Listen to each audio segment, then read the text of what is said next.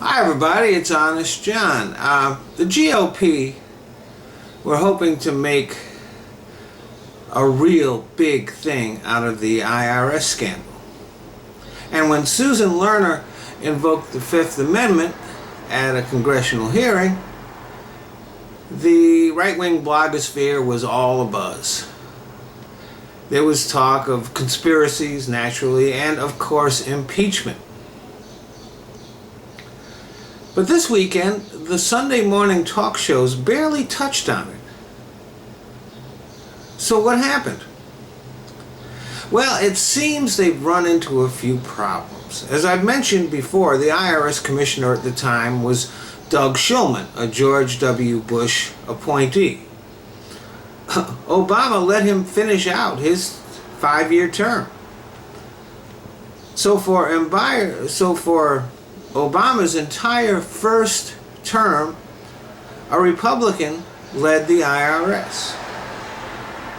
Obama hasn't even nominated his own person to fill that post. And unlike the previous administration, Obama has made no effort to move his people into that agency. There's a lot of distance between him and the IRS. He's even received criticism for not being more involved with the IRS. And the IRS's internal emails show absolutely no White House involvement. In fact, they don't even go very up high in the IRS chain of command. But those facts by themselves would not be enough to cool the heels of the GOP. What has begun to come to light is that most of the investigations into all those Tea Party groups were legitimate.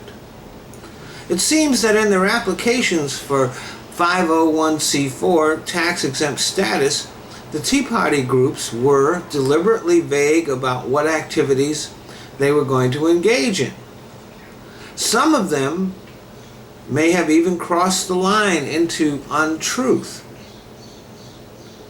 Now, these applications are legal documents filed under penalty of perjury. Now, let's be clear.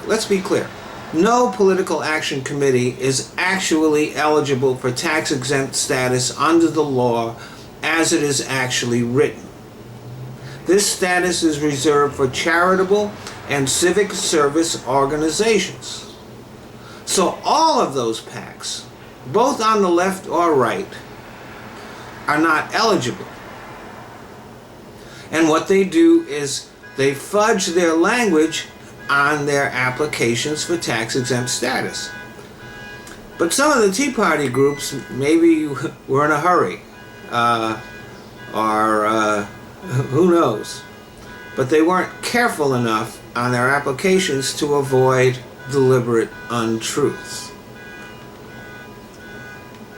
So the GOP efforts to exploit this non-scandal for political gain could result in perjury indictments against the founders of several Tea Party political action committees. As I've said all along, the real scandal is not that these groups were investigated, it's that they were improved, both left and right. The GOP would like everyone to believe that the Obama administration is constantly engaged in a cover-up. But now it turns out that in this scandal, it's the Republicans with something to hide. Thanks for listening.